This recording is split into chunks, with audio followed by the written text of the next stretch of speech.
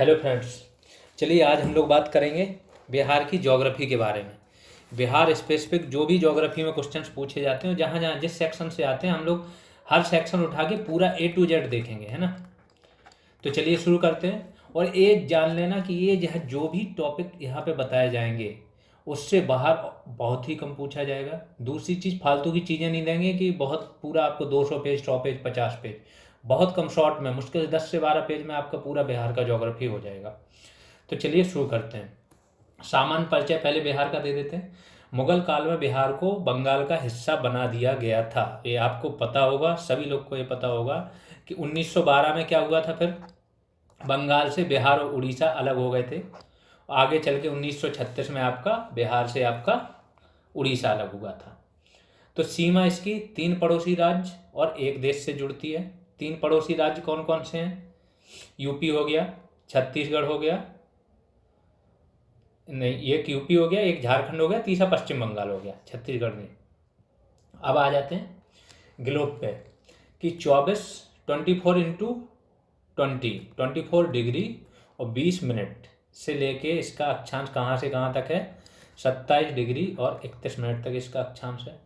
दूसरा इसका 83 डिग्री और 9 मिनट से लेके 88 डिग्री तक इसका है। तो ये आपकी अक्षांशीय विस्तार देखो तो 3 है, मेनली 3 डिग्री का है, और ये 5 डिग्री का है आपका देशांतर विस्तार। तो ये क्वेश्चन यहाँ से भी आ सकता है, देख लो। दूसरा चीज, उत्तर से दक्षिण की लंबाई कितनी है? 3, 4, 5। इसको याद रखना बहुत आसान है, 3, 4, 5। और पूरब से पश्चिम की इसकी चौड़ाई कितनी है? 483 किलोमीटर। मतलब इसकी लंबाई कम है और चौड़ाई ज़्यादा है। क्षेत्रफल, डायरेक्ट क्वेश्चन पिछली बार भी आया था। बिहार का क्षेत्रफल कितना है? 94,163 स्क्वायर किलोमीटर। 2.86 परसेंटेज इंडिया का कितना है? 2.86। प्रमंडल कितने? 9। जिला कितने? 38। अनुमंडल 101 और प्रखंड 534। अब राजकीय पशु पक्षी चिन्ह, ये सारी चीज़ों की बात हो जाए। चिन्ह बोलते हैं, लिखते हैं इसको चिन्ह, ठीक है। तो राजकीय पशु क्या है इसका? बैल, बिहार का। इसके बाद राजकीय पक्षी गौरैया, राजकीय मछली मांगुर मछली, और आगे राजकीय फूल गेंदा, और राजकीय वृक्ष आपका पीपल। राजकीय वृक्ष क्या है? पीपल है। बिहार दिवस कब मनाया जाता है? 22 मार्च को।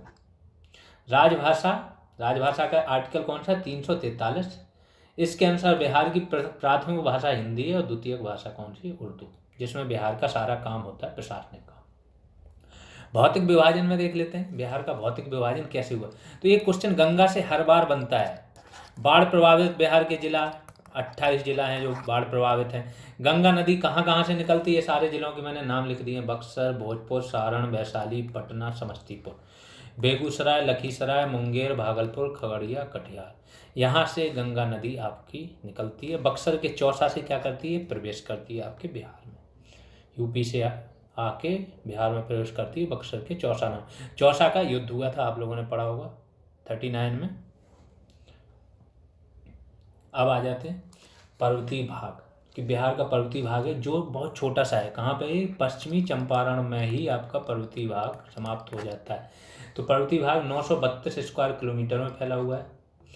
रामनगर दून, 3 दून है यहाँ पे। रामनगर दून, घाटियाँ जो पर्वतीय घाटियाँ उनकी दून बोला जाता है, जैसे देहरादून हो गया। सोमेश्वर दून, और दून मतलब घाटी, ठीक है। सोमेश्वर पहाड़ी कहाँ है? बिहार के उत्तर पश्चिम में, पश्चिमी चंपारण में यह पहाड़ी पाई जाती है, सोमेश्वर पहाड़ी। यह त्रिवेणी नहर तथा भिखना ठोरी के बीच में स्थित है। त्रिवेणी नहर क्या है? गंडक की सहायक नदी है। तो त्रिवेणी नहर तथा भिखना ठोरी के बीच में आपकी क्या है? सोमेश्वर पहाड़ी है। इसके बारे में पूछ सकते हैं, बिहार का पहाड़ी भाग क्या है? सबसे ऊंची पहाड़ी कौन सी? सोमेश्वर पहाड़ी है बिहार की। मैदानी भाग, बिहार में अधिकतर भाग क्या है? मैदानी। जो बिहार का उत्तरी भाग है वो पहाड़ी भाग है, बता दिया, हल्का सा ही आता है पश्चिमी चंपारण। जो बिहार का दक्षिणी भाग है वो पठारी भाग है, जो बीच का पूरा है वो गंगा का मैदान है, अन्य नदियों का, गंगा प्लस अन्य नदी। तो मैदानी भाग क्या है? 95% का निर्माण करता है, तो मैदानी भाग बहुत ज़्यादा है। इसमें क्या है? उत्तरी बिहार बाढ़ के लिए फेमस है, और दक्षिणी बिहार क्या है? सूखे के लिए फेमस है। दक्षिण के कुछ जिले जो होते हैं वो पठारी भाग है, जो बोला मैंने कि दक्षिण में आपका क्या है? पठारी भाग है। तो उसमें क्या होता है? थोड़ा सा बिहार का चलिए मैप बना देता हूँ। इससे आपको ज़्यादा बेटर तरीका है। ये हो गया आपका बिहार का मैप। बिहार के मैप में क्या है, ये वाला भाग है, ये हो गया आपका पहाड़ी, इतना सा ही ये पूरा आपका वो है। और जो आपका दक्षिणी भाग है खासतौर से ये वाला भाग, ये है आपका पठारी। तो कैमूर, जमुई, नवादा, रोहतास, है ना, बांका, गया, ये सारे आ जाते हैं आपके कहाँ पे, पठारी भाग। पठारों में क्या खनिज पाए जाते हैं, खनिज पाए जाएंगे, सबसे पुराने होते हैं, स्टेबल होते हैं ये, यहाँ पे भूकंप वगैरह कम आते हैं, ये सारी चीज़ें होती हैं पठारों की पहचान। तो बिहार हो गया। अब बिहार की नदियाँ देख लेते हैं। उत्तर में घाघरा, ये नदियों का एक मैप दे दूंगा, वहाँ से भी आपको याद हो जाएंगी, नहीं तो यहाँ से देख लो उत्तर से कौन कौन सी, दक्षिण में कौन कौन सी बहती हैं। तो घाघरा जिसको सरयू बोला जाता है, अयोध्या से भी निकलती है। गंडक, बूढ़ी गंडक, बागमती, कमला, कोसी, महानंदा, ये सारी चीज़ें कौन सी हैं आपकी। गंगा तो है ही है, गंगा तो याद ही रखना। गंगा बीच से बहती है बिहार के, चलो इसको थोड़ा सा और यहाँ पे मैप पे ही डिफाइन कर दूँ। ये आपकी गंगा यहाँ से प्रवेश करती है, ऐसे करके गंगा चली जाती, बिहार को दो भागों में डिवाइड करती। अब उत्तर से जो नदियाँ मिल रही हैं उनकी बात हो रही है, और जो गंगा में दक्षिण से मिल रही हैं वो उनकी बात हो रही है बस।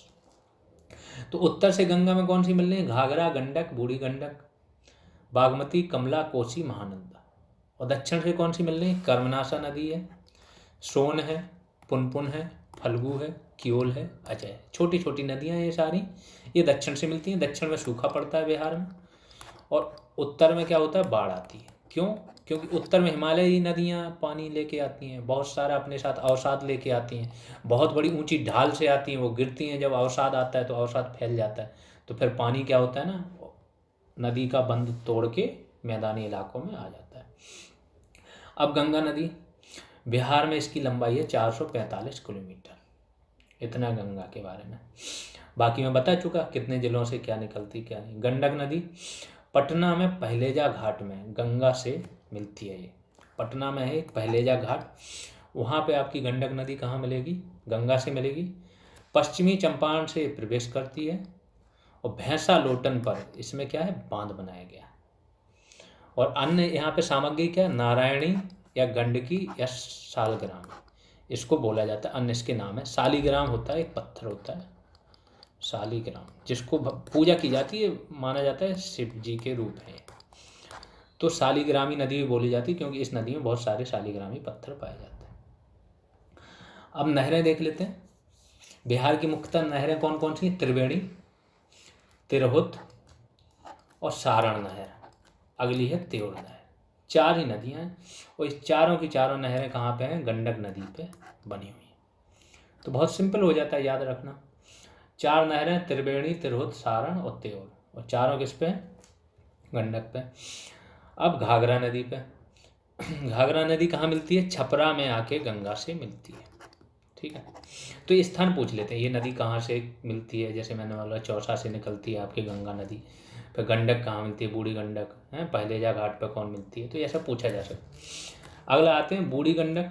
बूढ़ी गंडक ये सब उत्तरी नदियाँ हैं, उत्तर से आ रही हैं। तो ये सोमेश्वर की पहाड़ी से निकलती है। सोमेश्वर की पहाड़ी मैंने बोला सबसे ऊंचा, बिहार का सबसे ऊंचा जो ऊंचाई पर स्थित चोटी है वो है सोमेश्वर पहाड़ी। और मुंगेर में कहाँ, गंगा में मिलती है, मुंगेर में आके गंगा में मिल जाती है। अब पांचवें पे आ जाते हैं, कोसी नदी। कोसी नदी क्या है, नेपाल में सप्तकोशिकी से निकलती है, और पूर्णिया में गंगा में मिलती है। ये आपकी कौन सी है, कोसी नदी। तो कहाँ से निकलती है और गंगा में कहाँ पे मिलती है, तो गंगा में ये मिलती है पूर्णिया में, और इससे नहर जो निकली है वो है राजपुर नहर। महानंदा की बात कर लेते हैं। महानंदा क्या है, महानंदा जो आपकी है कटिहार में गंगा में मिलती है। कटिहार जो है वहाँ पे ये गंगा नदी में मिलती है, महाभारत श्रेणी से निकलती है। महाभारत श्रेणी कहाँ किसको बोला जाता है, नेपाल में जो है आपकी श्रेणी उसको बोला जाता है महाभारत श्रेणी। ठीक है, अब सोन की बात कर लेते हैं। सोन दानापुर के पास गंगा में मिलती है। सबसे पुरानी नदी घाटी परियोजना इसी पे है, सोन नदी पे। तो जिस नदी के बारे में जो फैक्ट है जो आपके काम के वो चीज़ें बता रहे हैं, बहुत ज़्यादा आपके डिटेल में नहीं जा। पुनपुन फतुहा के पास गंगा में मिलती है, इसका पूछ लेते हैं। फतुहा तो ये पुनपुन हो गई आपकी, गंडक हो गई, सोन हो गई, और गंगा तो है ही, ये सब पटना के आसपास की हैं। ठीक है, अगला आ जाते हैं फल्गु। गंगा नदी में टाल क्षेत्र में मिलती है। फल्गु नदी जो है टाल क्षेत्र होती है, टाल एक प्रकार की मृदा बन जाती है ना, तो उस क्षेत्र में गंगा नदी में मिलती है। नहरें, सोन नदी पे डेहरी आन सोन के पास एक बांध बनाया गया है, तो ये क्वेश्चन पूछा जाएगा अगर, तो ये मैंने फैक्ट आपको दे दिया। अब आते हैं बिहार की मिट्टियाँ। मिट्टियों से क्वेश्चन एक ना एक बनता है, मिट्टी चट्टान इनसे क्वेश्चन आपके बन ही जाते हैं। तो उत्तर पश्चिमी भाग, अब मैंने बोला बिहार का फिर से मैप बना देता हूँ। बिहार का मैप ऐसे अमीबी आकार का बना दिया, ठीक है। ये हो गया उत्तर पश्चिमी भाग, उत्तर और पश्चिमी भाग। उत्तर पश्चिमी भाग में अलग एक प्रकार की मृदा पाई जाती है आपकी, फिर उत्तर पूर्वी भाग में अलग पाई जाती, मैदानी भाग में अलग। तो इस प्रकार उत्तर पश्चिमी भाग में कौन सी मिट्टी पाई जाती, पर्वतपादी, क्योंकि यहाँ पे पहाड़ी है, मैंने पहले ही बता चुका। तो पर्वतपादी मिट्टी, हिमालयन मिट्टी पाई जाती है। इसकी उर्वरता क्या होती है, कम होती है, और मेनली कहाँ पाई जाती है, पश्चिमी चंपारण। फिर तराई मिट्टी, तो देखो एक हो गया जहाँ पे पहाड़ है, पहाड़ के बाद आते हैं भाबर। भाबर में बड़े बड़े मोटे मोटे कंकड़ मतलब शिलाखंड होते हैं, छोटे छोटे से ना चट्टानों के टुकड़े, तो इनमें क्या है नदियाँ गायब हो जाती हैं, तो वो हो गया कौन सा आपका, भाबर। भाबर और उसके जस्ट नीचे तराई, वहाँ पे क्या होता है, पानी भरा रहता है, बड़ी मात्रा में मच्छर होते हैं, गन्ने की खेती होती है, चावल की खेती, तो ये हो गया तराई क्षेत्र। तो यहाँ पे तराई मिट्टी कहाँ है, नेपाल से सटे सीमावर्ती भाग में दलदली होती है, जल जमाव की समस्या होती है, धान जूट गन्ना यहाँ पे पैदावार होती है। मच्छरों की समस्या जैसे गोरखपुर में होता है, तो जापानी इंसेप्टिलाइटिस मस्तिष्क बुखार, कहाँ इसलिए तो फैलता है वहाँ पर। अब आते हैं जलोढ़ मिट्टी। जलोढ़ मिट्टी बिहार में कहाँ कहाँ पाई जाती है, बांगर, बांगर को क्या बोला जाता है, पुरानी जलोढ़ मिट्टी। जो जलोढ़ मिट्टी पुरानी हो जाती है उसको बोला जाता है बांगर। और खादर जो होती है आपकी वो नवीन होती है, मीन्स जो बाढ़, नदियों में बाढ़ आती है हर साल, बाढ़ नहीं भी आ रही तो नदियाँ इतना अवसाद लेके आती हैं कि वो किनारे लगाती रहती, तो जो नवीन मिट्टी होती है उसको बोलते हैं खादर, नवीन जलोढ़। और जलोढ़ का मतलब ये जो जल द्वारा लाई गई मिट्टी, और जो पुरानी होती है वो होती है बांगर। पुरानी मिट्टी क्या है, थोड़ा दूर होती है, पहले यहाँ पे आपकी खादर होगी, इसके बाद ऊपर तक बांगर होगी। कहाँ पाई जाती है, पूर्णिया, कटिहार, और जूट उत्पादन हेतु ये बहुत प्रसिद्ध है ये वाली मिट्टी। अगला उसमें देख लो, चंपारण, मुजफ्फरपुर और दरभंगा में कौन सी पाई जा रही, खादर। तो आपकी बांगर कहाँ पाई जा रही है, पूर्णिया और कटिहार में, और चंपारण, मुजफ्फरपुर और दरभंगा में क्या, खादर मिट्टी पाई जा रही है। और भी जो गंगा के किनारे हैं अधिकतर जगह आपकी खादर मिट्टी पाई जाएगी, जस्ट किनारे वाली। टाल मिट्टी, टाल मिट्टी क्या होती है, 8 से 10 किलोमीटर रेंज गंगा के दक्षिणी किनारे पे, गंगा बोले ना ऐसी निकलती है, तो गंगा का दक्षिणी किनारा कौन सा, ए वाला। तो गंगा के दक्षिणी किनारे रबी की फसल हेतु ये बहुत उपयोगी मिट्टी होती है। कहाँ कहाँ, बक्सर से भागलपुर तक एक पाई जाती, मतलब गंगा जहाँ से प्रवेश करती है और जहाँ एंड करती है वहाँ तक ये दक्षिणी किनारे पर पाई जाती है। अब लाल बलुई मिट्टी की बात करते हैं। लाल बलुई मिट्टी कहाँ पाई जाती है, कैमूर और रोहतास में। ये नोट बना लेना, सिंपल सा है, make your own notes, source कोई भी फॉलो करो, नोट बना लो, नोट बनाने के बाद उसको उससे ही रिवाइज करो बार बार। कुछ गैप लग रहे हैं एमसीक्यू सॉल्व करो, लग रहा है ये क्वेश्चन मेरे से नहीं हुआ, ये टॉपिक मेरा कमजोर है, वो चीज़ अपने नोट्स में ही डाल लो और बार बार रिवाइज करो, आपका कोई भी क्वेश्चन नहीं छूटेगा, बहुत आसान है बीपीएससी, ठीक है।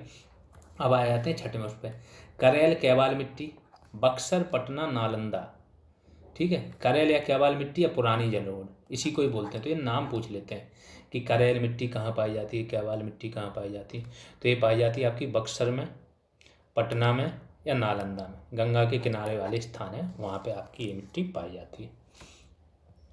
फिर आ जाता है लाल पीली या काली मिट्टी। ये ध्यान रखना, लाल पीली जो मिट्टी होती है वो पहाड़ी के जो टुकड़े होते हैं उससे मिट्टी मृदा बनती है, तो या तो पहाड़ी एरिया में पाई जाएगी या पठारी में।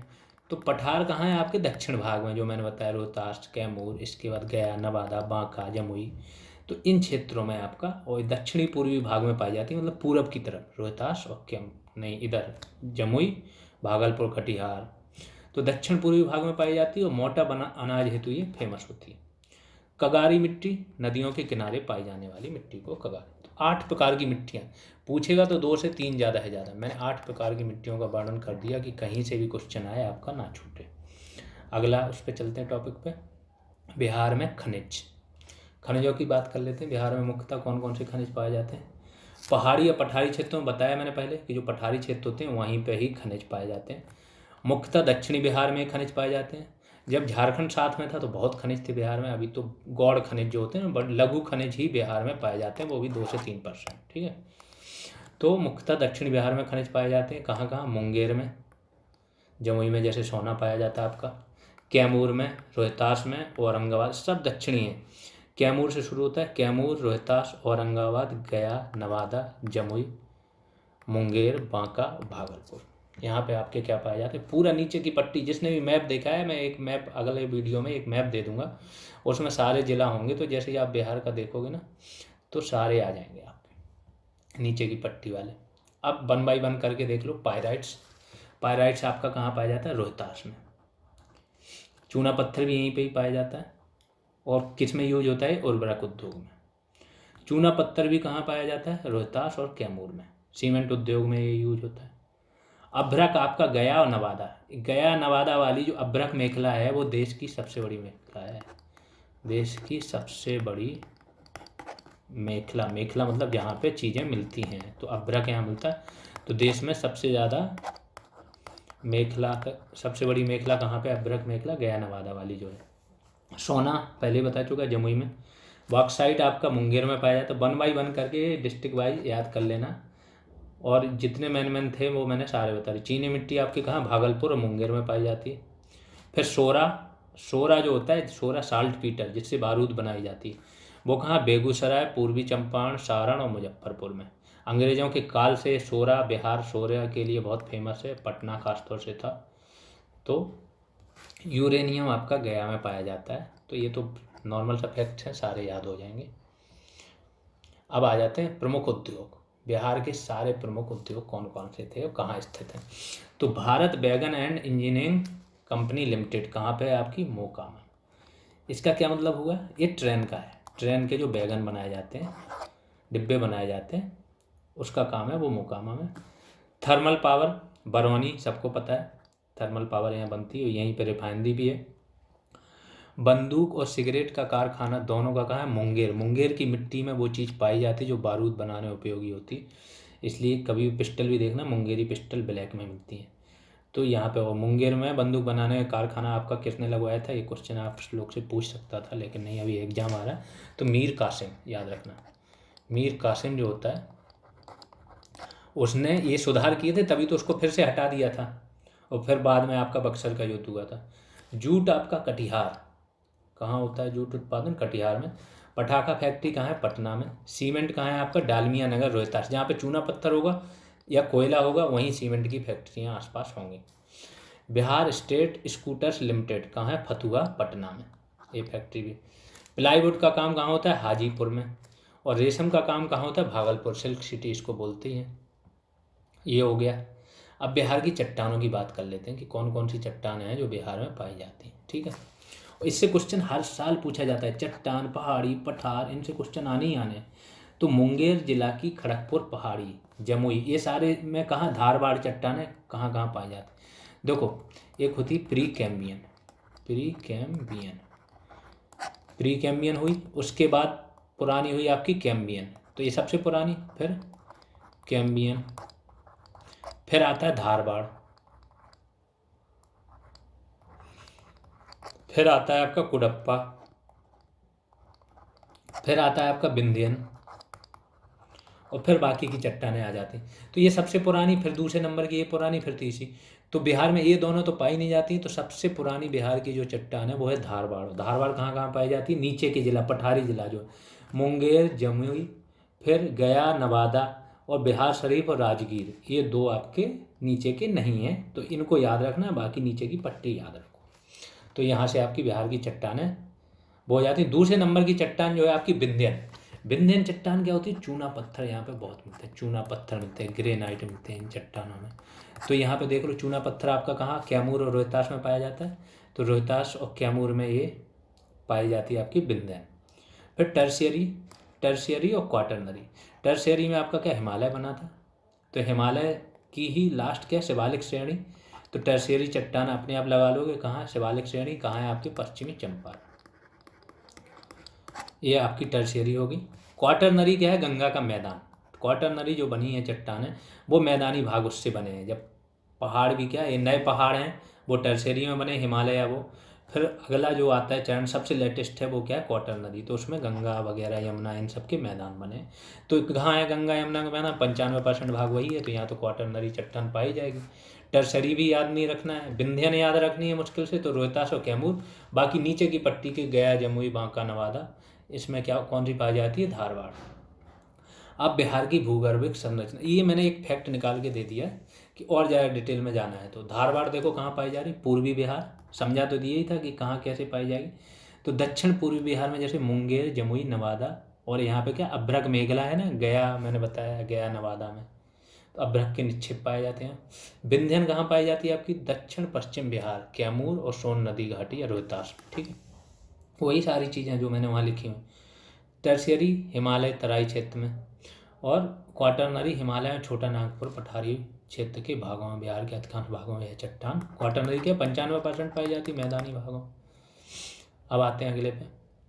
अगला क्वेश्चन जो आपका आता है वो होते हैं बिहार के जलकुंड। जलकुंड से पिछली बार भी एक आया था, और हर बार या तो जलकुंड से आ जाते हैं या जलप्रपात से। पिछली बार ककोलत जलप्रपात पूछा था, तो ये आना ही आना है। याद करने का सिंपल सा तरीका बता दे रहा हूँ, दो ही जगह हैं आपके जो जलकुंड हैं, दो जगह हैं, ठीक है।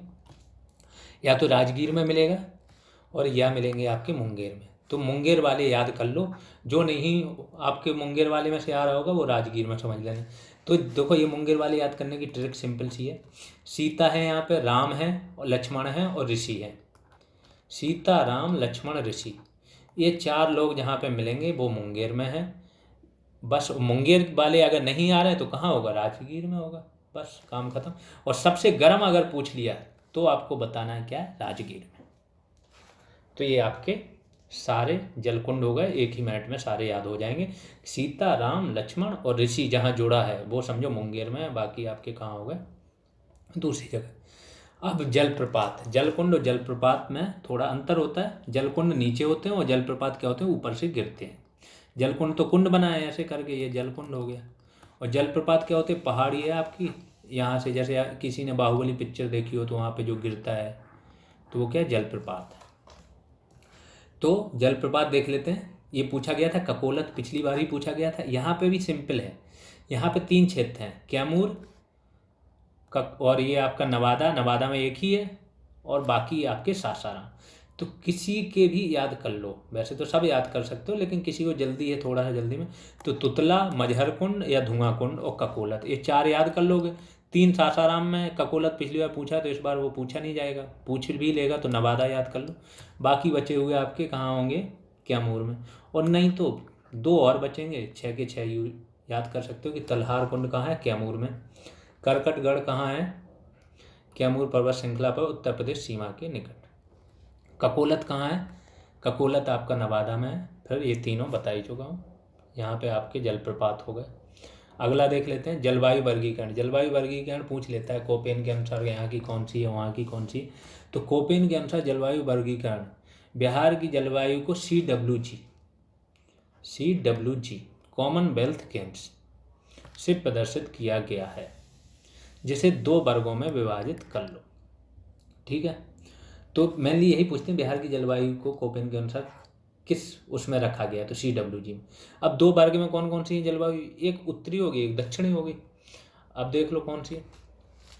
किशनगंज पश्चिमी चंपारण, जोगबनी अररिया उत्तरी बिहार का क्षेत्र है, और पटना, गया, मुंगेर, जहानाबाद दक्षिण बिहार का क्षेत्र है। तो दक्षिण बिहार में साउथ आ गया S, और उत्तरी बिहार में नॉर्थ नहीं आया, W आया। तो CWA और CSA, साउथ अफ्रीका और वेस्ट अफ्रीका। ये तो एक ट्रिक है, ट्रिकें क्या सीधा याद करो यार। किशनगंज पश्चिम, ऊपर के क्षेत्र में CWA और नीचे के क्षेत्र में CSA है, काम खत्म। या नीचे के याद रख लो, CSA साउथ अफ्रीका में साउथ वाले हैं, साउथ वाले सारे आ जाएंगे। और वैसे पूछा नहीं जाएगा इतना डिटेल में, CWA तक बहुत है। अब देख लेते हैं बिहार में राष्ट्रीय उद्यान और वन्यजीव तथा पक्षी अभ्यारण्य। कौन कौन से बिहार में राष्ट्रीय उद्यान है और कौन कौन से वन्यजीव तथा पक्षी अभ्यारण्य, इनकी चर्चा कर ही लेते हैं, है ना। तो चलिए देखते हैं। वाल्मीकि राष्ट्रीय पार्क, एक ही नेशनल पार्क है बिहार में, ये ध्यान रखना। तो एक नेशनल पार्क है, वो कौन सा नाम है उसका, वाल्मीकि राष्ट्रीय पार्क। कहाँ पड़ता है, पश्चिमी चंपारण। अगले उस पर आते हैं। और डिटेल में जाने की जरूरत नहीं कि क्या क्षेत्रफल क्या है। वाल्मीकि बाघ चारण स्थली है यहाँ पे। फिर वाल्मीकि वन्यजीव अभ्यारण्य, ये थोड़ा बड़ा कर देता हूँ इसको,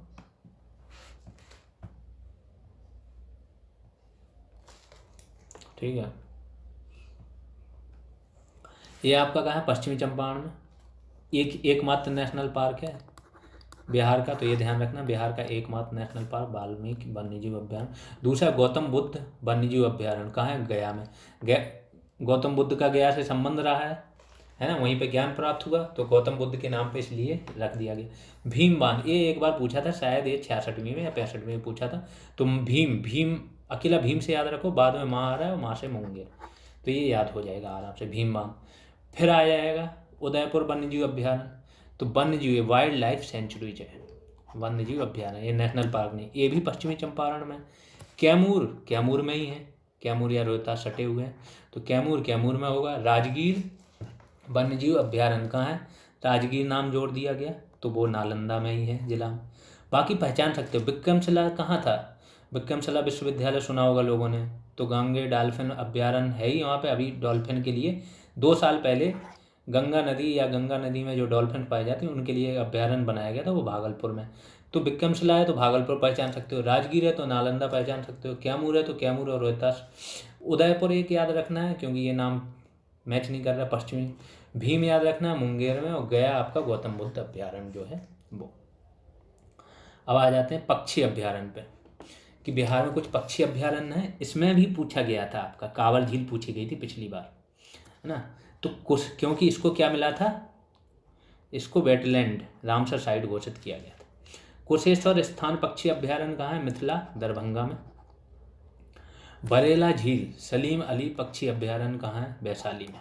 सलीम अली थे ना, बहुत बड़े पक्षी वैज्ञानिक थे, इनके नाम पे बहुत सारे, कोयम्बटूर में है एक केंद्र, तो बरेला झील जो है वैशाली में है। नकटी डैम, नागी और नकटी, ये दोनों कहाँ है आपके, जमुई में है, तो ऐसे याद रख लेना, नागी नकटी कहाँ है। और दोनों एक्चुअली इनका एक ही उससे होता है, नागी नकटी पूछा जाता है, ठीक है। तो नागी नकटी कहाँ हो गया आपके, जमुई में। कांवर झील पिछली बार पूछी गई थी, बेगूसराय में, रामसर साइड घोषित। बाकी बा से बरेला, बा से वैशाली, और कुशेश्वर स्थान थोड़ा याद रखना, ये भी आपको याद हो जाएंगे। अगले उस पर आते हैं, यहाँ पे आपकी समाप्त होगी ज्योग्राफी के जो मेन फैक्ट्स हैं आपके ऑलमोस्ट समाप्त हो गए हैं। और मुझे नहीं लगता है इससे ही आपके जो बिहार स्पेसिफिक ज्योग्राफी पूछी जाएगी ना, ये गारंटी है आपकी 80% क्वेश्चन यहीं से आ जाने। 20% का मैं थोड़ा और रिसर्च करता हूँ, देखता हूँ क्या चीज़ और डाल सकता हूँ, उस पर एक वीडियो बना दूंगा छोटा सा, तो उसमें और भी सारी फैक्चुअल, क्योंकि बिहार में बीपीएससी में फैक्चुअल ज्योग्राफी आती है। और बाद में एक आपको इंडियन ज्योग्राफी पे दे दूंगा वीडियो, तो सारा आपका कवर हो जाएगा। इंडियन ज्योग्राफी थोड़ा पूछते हैं कायदे से। तो यहाँ पे आपकी ज्योग्राफी समाप्त होती है। अभी के लिए इतना ही। जो लोग नए हैं या जिन्होंने सब्सक्राइब नहीं किया वो चैनल को सब्सक्राइब कर लें। चैनल का नाम यही है, GS रिवॉल्यूशन, यही नाम सर्च कीजिएगा, और 1 2 3 पे मत जाइएगा कि अलग अलग नाम से चैनल बन गए।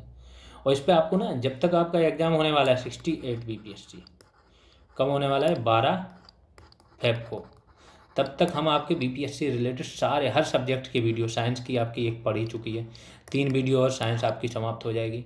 आपका ये ज्योग्राफी का एक में ही ऑलमोस्ट बिहार ज्योग्राफी समाप्त हो गई है, ठीक है।